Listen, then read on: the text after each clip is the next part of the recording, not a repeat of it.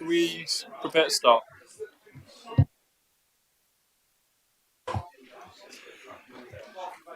Right, morning everybody. Welcome to an exciting cabinet meeting. Although the clocks say 10:29, all these automatic ones in front say 31. So I'm going to get on with it and choose which time I wish to believe. So we'll crack on to the agenda this morning. Hopefully we'll not keep it too long because it's a very nice day outside. Agenda item 1, any declarations of interest from members? No.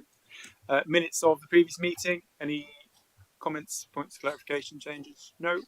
Item 3, apologies for absence. I think we're all present, Chief Whip. I have apologies from Councillor Jackson, who has other commitments. Councillor Camilleri is here to answer any questions that may come in relation to that portfolio as a non-voting member. Thank you, Lee. Thank you very much. I thought there were still 10 people. Sandra, can't believe I've missed him. Good. Right, item 4 then in that case, A614 improvement scheme. Councillor Girling, can you speak to that one? Yes, yeah, thank you, Leader. This report provides an update on the A614, A6097 major road improvement scheme and seeks the necessary approvals required to further progress to this project. Since the last update, I am pleased to say that we have made significant progress and we have secured planning permission for all 6 junctions, and the compulsory purchase orders process is well underway to secure the land required. As we are all aware, costs of construction projects have been steadily increasing. The impact of inflation and the political instability caused by the Ukraine war means that projects across the country have risen from pre-COVID estimates. This has been something that we could not have predicted, and we are not alone.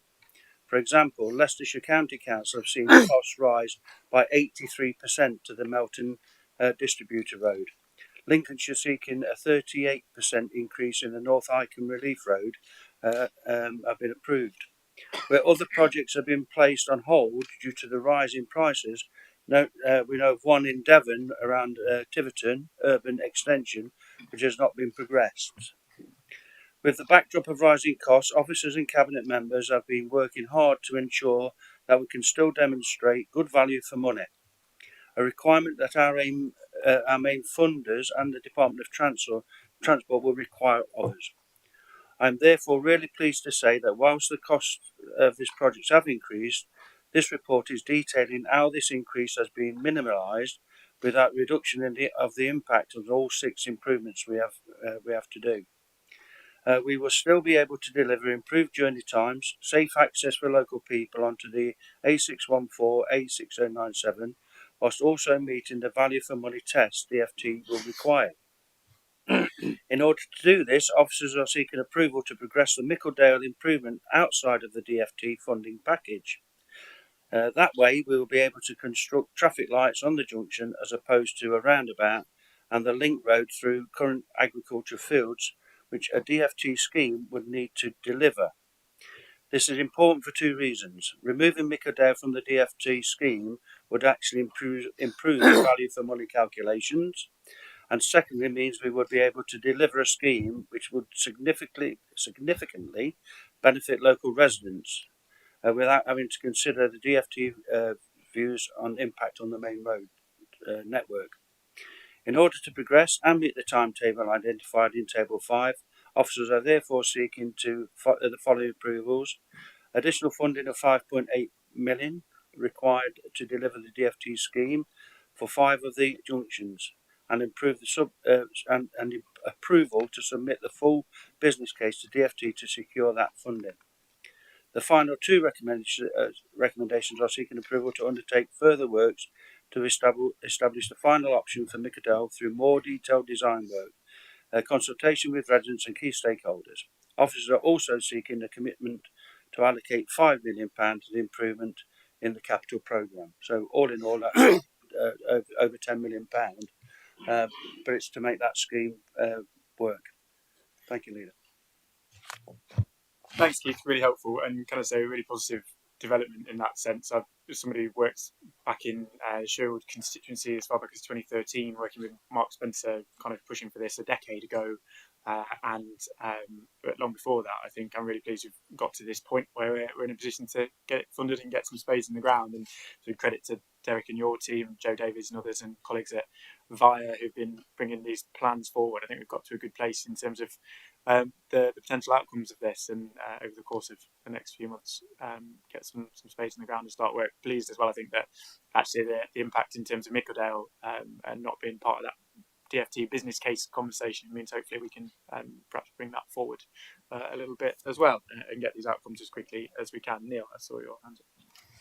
Thanks, Leader. Yeah, just welcoming this very much indeed. I just wanted to really just highlight the benefits to both road users within the county and also those travelling through the county, whether it's visitors or residents, because it's not just the improvements for the through routes, but it's also making the junctions better and more efficient to get the crossing traffic as well. Though, for instance, I mean, Loudon roundabout's a good case in point of the commuting traffic that crosses that roundabout to and from the city, long queues. So making that junction and all the other junctions more efficient.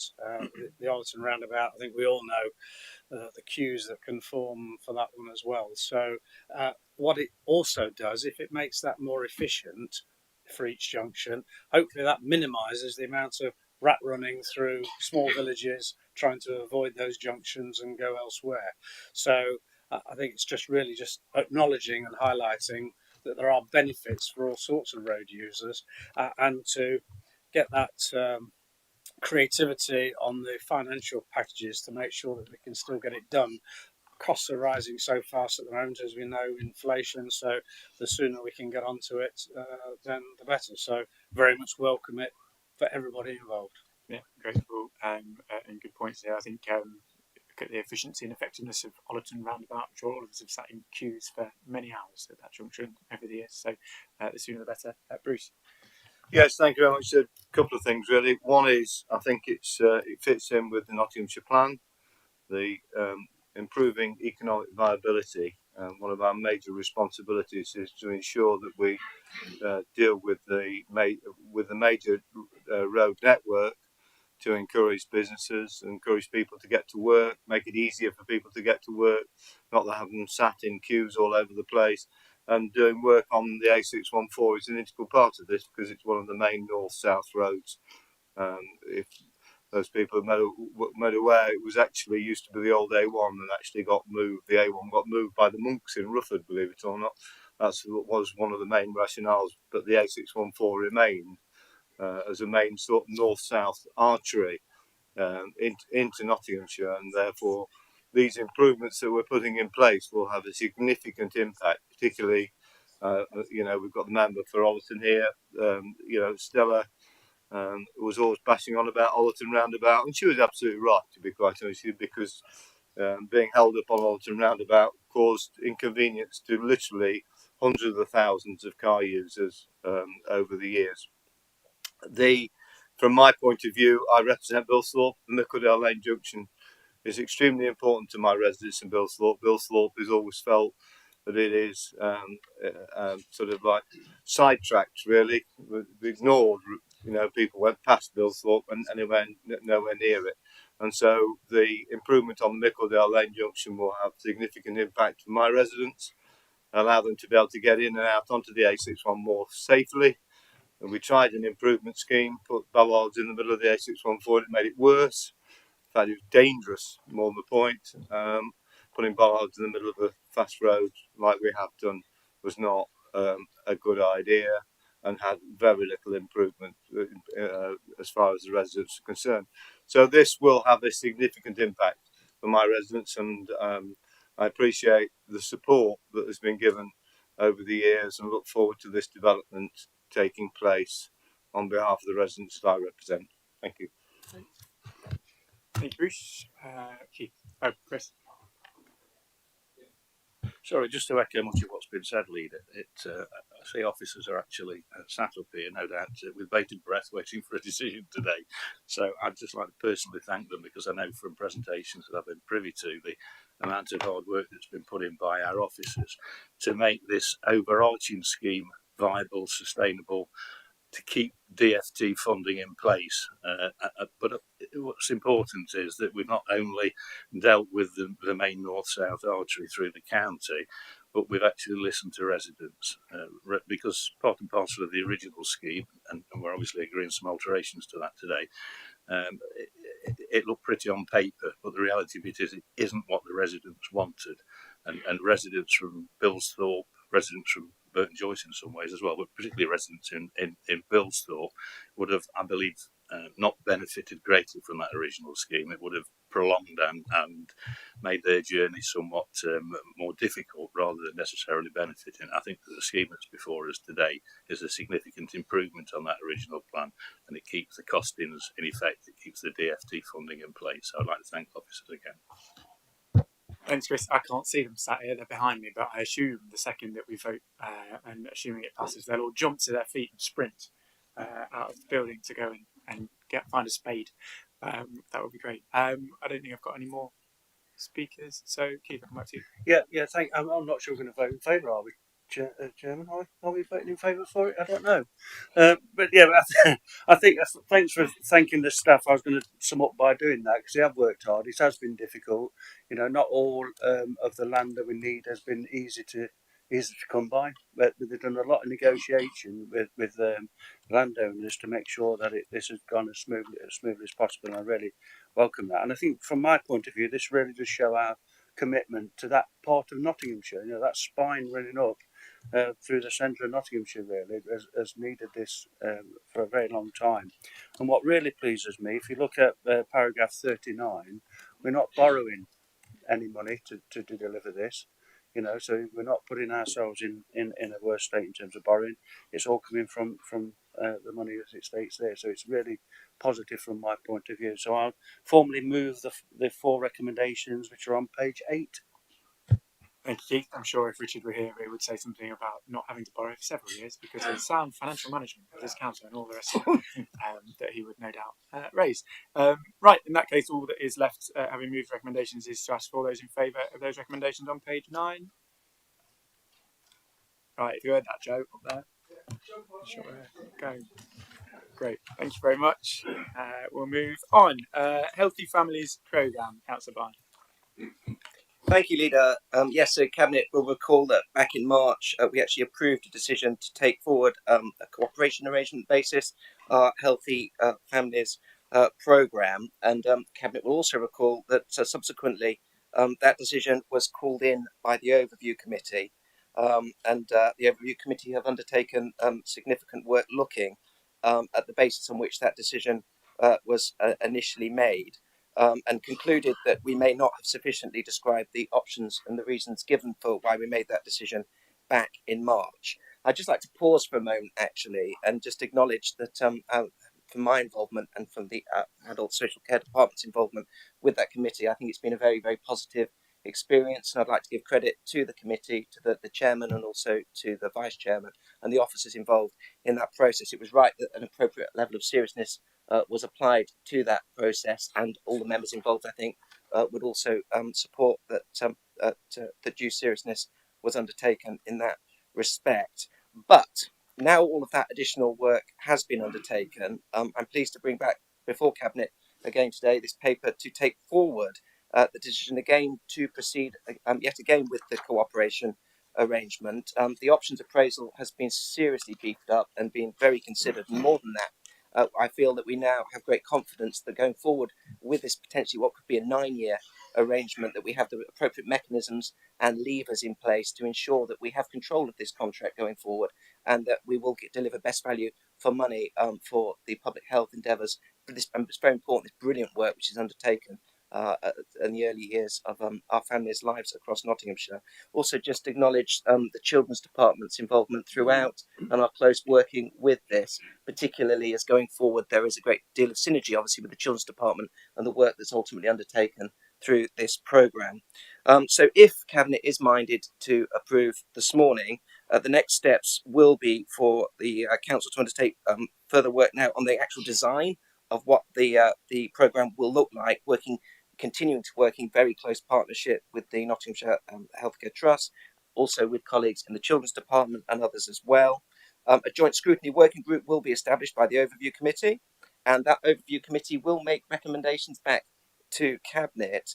And I hope that the conclusion of all of this will be that we'll be in a position to make a recommendation to Cabinet in early next year, in 2024, to take this thing forward.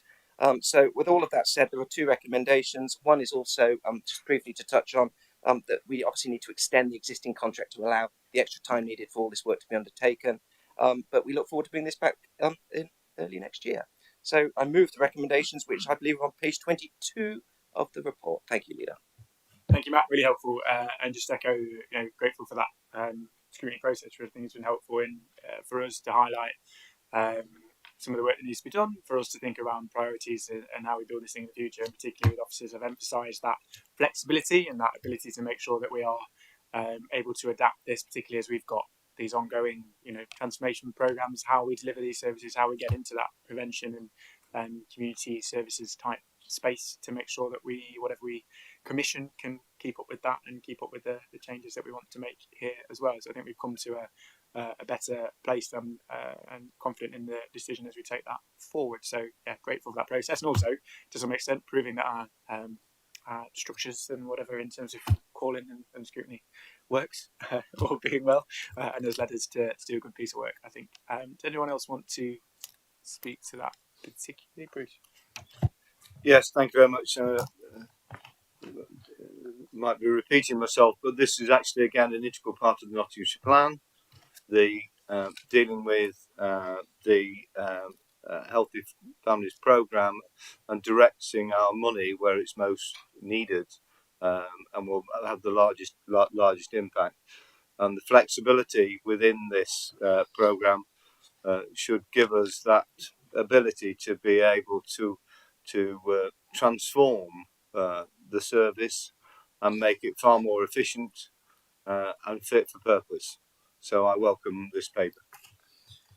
Thanks, Bruce. It is a really important set of services. If headline writers at the back want to write about how we're commissioning £130 million of support for some of Nottinghamshire's most vulnerable residents, then I'm happy to talk to them about that. Right, Councillor Fole has committed or submitted a number of questions in advance. So I'll come to you next, Kate. Sure. Thank you, that's great.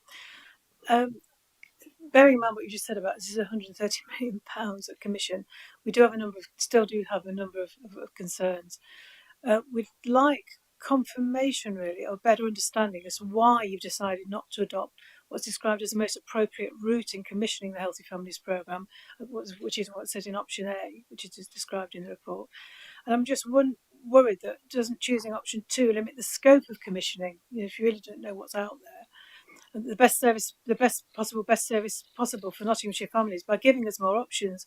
And there's a discussion in there about risk, which is great, but I'd argue as well that there's a risk attached to recommissioning to the current provider when, it could be argued that they've been underperforming. So I think there's risks both ways in that.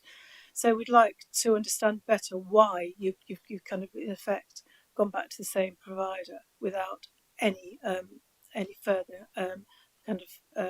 activity, really. We'd like to understand as well what legal advice you were given regarding the legal risks identified in option 2. That was mentioned but not really explained. I think the other thing that we really still want to get about there, because it's not been made explicit yet in any of the written reports, the matter of mandatory in-person visits by health visitors, which is a big concern raised by our Labour group. That was the thing that actually shocked us most and actually drove us to do the call-in, to be honest. So this concern was raised by Labour group members several times in discussions regarding the commissioning of this programme. So why was the fact that face-to-face meetings were not made and the need to be made mandatory, made explicit in the report and made central to this decision, and made absolutely clear that health visiting service visits in person are a requirement? We would have liked to see that set out in the report as identified as a concern that we raised as part of the call-in. Thank you. Thank you. Can I come back to you on those, Matt, in the first instance? Thank you, Leader, and thank you, Councillor Fole, as well, for your questions. So I think starting out with the option A, why option discounted, I think fundamentally option 2 gives us far more leverage over the scope and the operation of this contract than had we gone with option one. If option one had been chosen, the scope would be defined now, it would be set in stone, and we would be wedded to that scope potentially for the next 9 years of this contract life, giving us zero flexibility going forward and actually pretty much at the whim and the mercy of the provider. Absolutely, completely, we considered option one in that outset, but it wouldn't have delivered what we want to be able to achieve here, which is a far greater integrated service, better value for money, but also closer working with the authority and the ability for us to have that ongoing relationship. So I disagree that option one would have enabled us more options. I think it would have narrowed them very, very significantly, and I'm very pleased that option two is available to us to enable us not to be siloed into what I think would have been a very constrained operation. As well as that, there's a great likelihood that another provider wouldn't have come forward. So not only would we have been stuck with a very prescribed scope, which might not be suitable in the next 18 months, let alone the next 9 years, we'd also been tied to potentially only one bidder coming in any case. So again, just narrowing on our options and strangulating us really. So option two doesn't do that. It gives us great brevity and ability to have control going forward and to make improvements and changes over the next 9 years, whoever might be sitting in this portfolio and be that portfolio holder. So I hope that in part answers why I've in good faith come to this decision, which I'm absolutely confident is the right one. On the legalities, I wish I was a lawyer. I'm not, but I am assured by our legal team that who've considered this, and obviously it's been through legal due diligence, that the procurement approach with option two is watertight. That said, and that's the point I think they're making in the paper, with any procurement exercise, they're always open to legal challenge, and that risk is evident in any procurement approach. It would be with option one as well. But I'll leave the legalities of this to the lawyers who are content with where we're at in this paper, and I hope that settles the answer to your second point about the legalities. Lastly, absolutely, I fully appreciate that the main reason for the Labour group making this call in was absolutely around that particular specific issue of the health visits through COVID and the inability to do them because of the national lockdown situation that the country faced. And obviously the ongoing outworking of that is the potentially what we missed and what didn't happen for those children and families. To me, that is very, very serious and very, very important, and we need to be aware of those consequences in case there's another pandemic going forward. So it's right that you continue to raise that. However, I don't feel it fits at all within this paper, and at this point in the moment in time, this paper is only about us agreeing the next steps to go to the scope and the design. As part of that scope and design, we absolutely will be considering the implications of that health and safety aspect in delivery of this service, as well as a myriad of others, and they are set out actually in the options appraisal of this paper. So I'm confident, and I'm confident that you will be bringing this up again as we continue over the next few months of delivery and design of this service, that those aspects will be appropriately considered, along with the many, many others which are also pertinent to the safe operation and delivery of this service going forward. So I don't think it's right for it to be included here. That's why it's not. This is just an agreement to get to the next stage, but absolutely it will be considered going forward over the next months of design. I hope that goes some way to help relay your fears. Thank you. Thank you, Matt. Really helpful. Hopefully that answers those questions. I'll just add a couple of points. Kate, particularly, you said option one in the paper says that it's the most appropriate route. I just want to clarify the language. So it says to tender the contract via the most appropriate route, i.e. to find the appropriate route through a tendering process. It doesn't say that option one is the most appropriate route. That is probably a slight misunderstanding. And there's additional information on the legal points, I think, particularly in paragraph 21, just to clarify what some of that means. But thanks, Matt, that was comprehensive. Chris, I had you next. Yeah, thank you, Leader. Actually, I want to speak as the business manager, perhaps not directly related to this matter per se, but to thank the opposition for calling this in. When we designed this system, when we moved from the committee system to cabinet system, we spent many hours with the monitoring officer and the working party, and Councillor Pringle sat there at the back as a member of that working party. Obviously, we wanted to create a robust system that took into account that there would be occasions where a decision that had been taken would be questioned, quite rightly be questioned. That's the whole purpose of having an administration and opposition groups as well. For those who don't understand the structure of a cabinet system and the call-in process, there's a misconception that the fact that something has been called in is because, hey, we got it wrong. Actually, what this process has shown is that we got it right, but we perhaps didn't explain significantly well enough for all members as to how we'd arrived at that decision. And this is an absolutely massive contract at the end of the day. We're talking about a potential budget of £133 million over 9 years. A very, very significant spend with a huge impact on residents of Nottinghamshire. So it's absolutely right that all parties, opposition parties, the administration, officers, give due diligence in regard to making this decision. And the fact that it was called in, the fact that the overview committee very properly and conscientiously discussed and debated, came back to us and said, have another look at it. This is big business here. Make sure we're doing the right thing. The fact that it's gone back to officers and officers have pored over this for many, many hours to come back to reaffirm effectively that we are making the right decision, I think is a good thing. I think it's a good thing for democracy. It's a good thing for Nottinghamshire County Council, good thing for Nottinghamshire residents, and it shows our systems work. So I genuinely and wholeheartedly thank the opposition. Thanks, Chris. Yeah, I think it's a really good example of how the system's meant to work, and you can easily end up falling into a place with scrutiny, I think, where it's a bit combative. But actually, from this point of view, for us to go away, look in more detail, give ourselves increased confidence in the decision that we've made, and to make sure we're doing the right thing, I think has been a good example. So, all being well, we'll continue in that vein. I think, reiterate as we have done over the course of the month since then, that we'll have that continued focus on what we design next in terms of the services, and continue to work with officers to make sure we get that flexibility and those services right in terms of the contracts as we go forward as well. So yeah, good stuff all around, I think. Thank you, Chris. Anyone further on this one? No. All right, Matt, you've already raised the recommendations. I think we'll move them. So I'll just ask for all those in favour of recommendations on this report. Unanimous. Thank you very much. Turn myself off. So we move on to item 6, progress in improving SEND provision. Tracy. Thank you, Leader. So colleagues have the report, which is a follow-on from the report that we received in May, which came after the SEND area inspection of February this year. So you're aware of the outcomes of that report.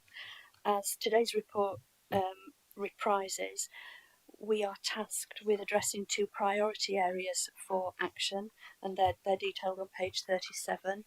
I would distill those down very simply. I think the first one I would contend is a simple statement of purpose, and that reclarifies it and says that should be what we're focused on. What it pulls out particularly is the timeliness with which we perform our purpose and our roles, and we clearly haven't been doing that well enough. The second one refers to what I would distill down to there being sufficient resources to meet the needs for SEND families in Nottinghamshire, and using our data to inform our resourcing plans. That's the way I would look at it. So they're the 2 priority areas for action, and there were also 4 areas for improvement. Again, I would distill those down to say basically we do listen, but we have to listen and use that more effectively in our planning. We need to quality assure our work and our assessments better, and again use that for planning and improvement.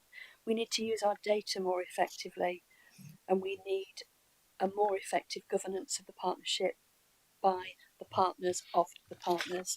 So they're the things that we need to look at. So there has been a lot of work going on since the report that you had in May.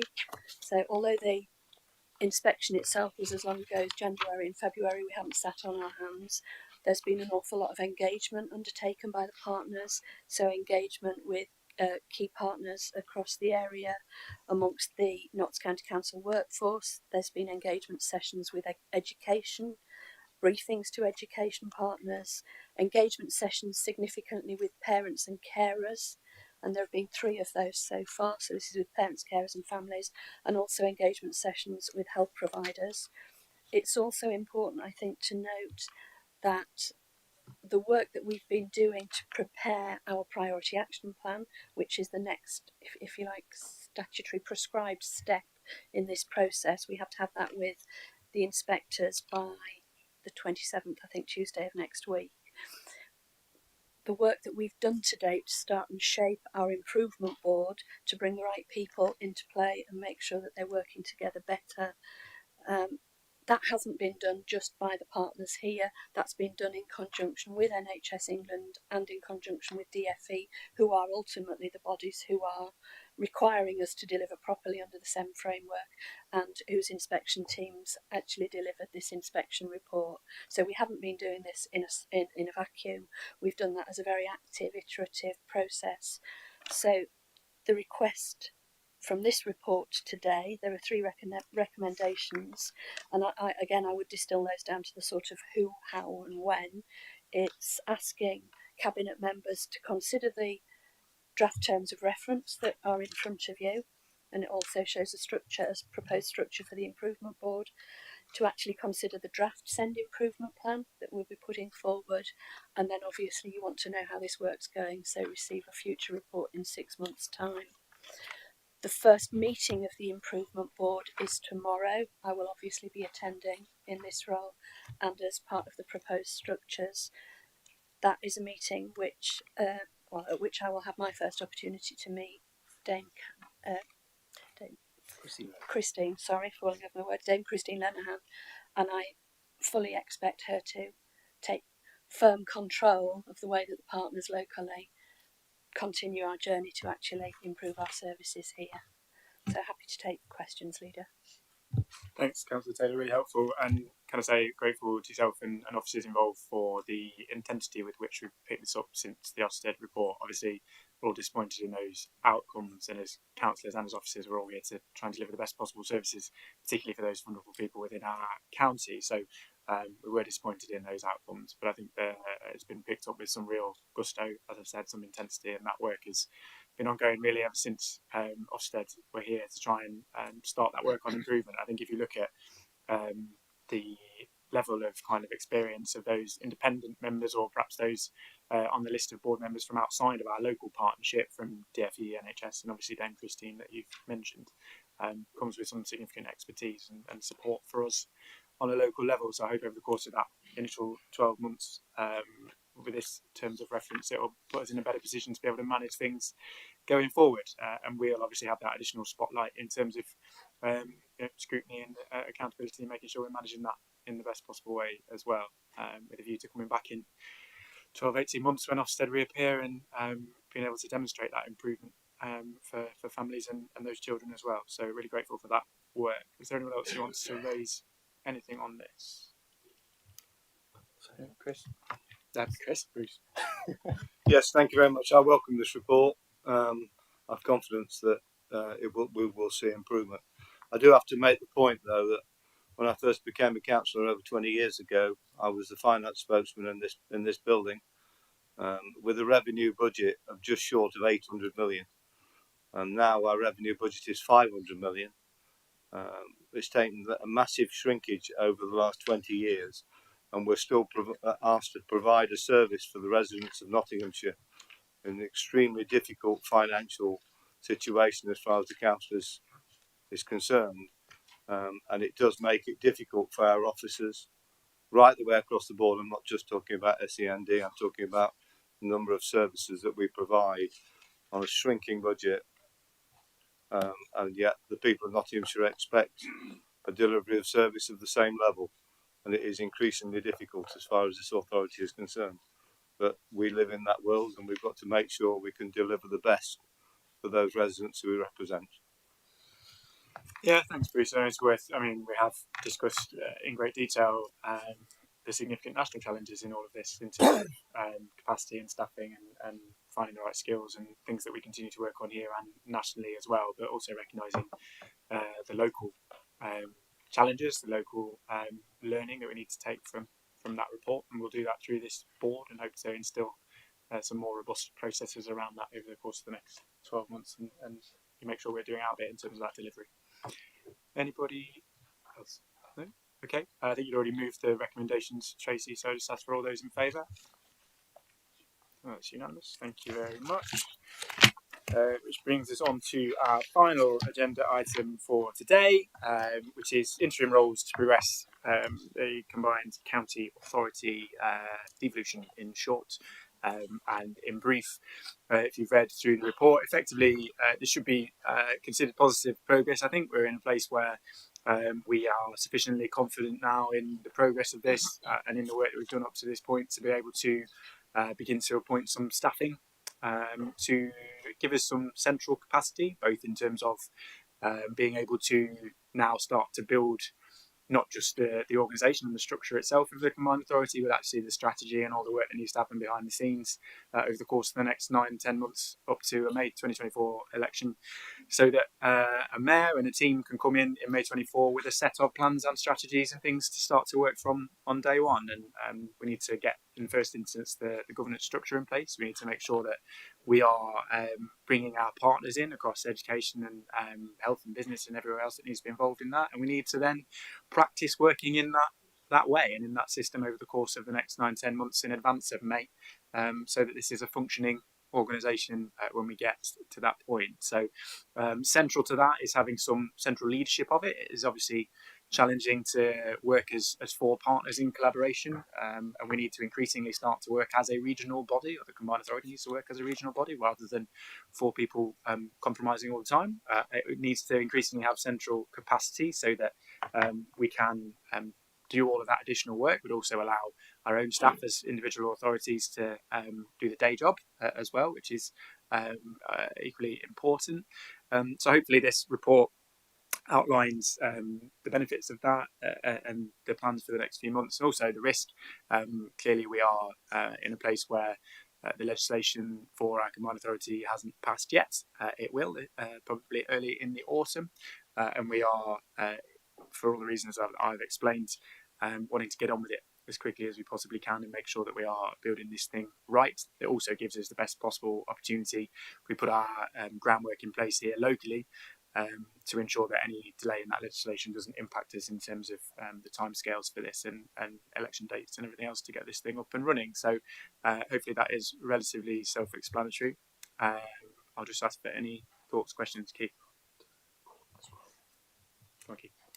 Yes, yeah, thank you, Leader. I think it's imperative that we approve this to move forward. From an economic development point of view, we need to start having that strategic overview now of the combined authority area. And I know the staff and the EDAM team working extremely hard to make sure that all our policies are in place, so that when we get the new mayor and we've got projects ready to go, we can go, look, this is what we've got. This is the logic behind it. This is the strategic benefit of it. Because the last thing we need is whenever this is formed is to have a lag, because that lag will be very expensive to the people of Nottinghamshire. So it's really good that we're getting it in place now, so that whoever becomes mayor is not going into an empty office, one blank piece of paper and starting from scratch. There needs to be a structure. There needs to be things in place to make it all work. So I thoroughly support the recommendation. Thanks, Keith. The report points out a number of central sources of funding for us in terms of building that capacity. So, central government providing through the deal some of the funding for us to do this recruitment. But absolutely right that we need that capacity to build strategy. And I often talks about, examples of the potential of what we can do here. I keep talking about Step and West Burton, but actually, that huge investment in a site in an economic development sense. And the ability to wrap around that skills provision to help our local residents be able to access those jobs, amazing new sectors and investment in North Nottinghamshire, and then the transport connectivity to join it all up and make sure it's our residents who can get to those jobs. All of that is within our gift in that sense, but we do need to plan that. We do need to have the capacity in advance to be able to overlay the maps and do all the figures and make sure that these things are feasible and manageable. So hopefully this is the next step in that process. Gordon. Thank you, Leader. I have no intention of going to the minutiae of the report. A, information is already in the report, and B, you've covered it. What I plan to do, therefore, is to acknowledge the huge amount of work that's gone into this in a very short period of time. Now, you know that.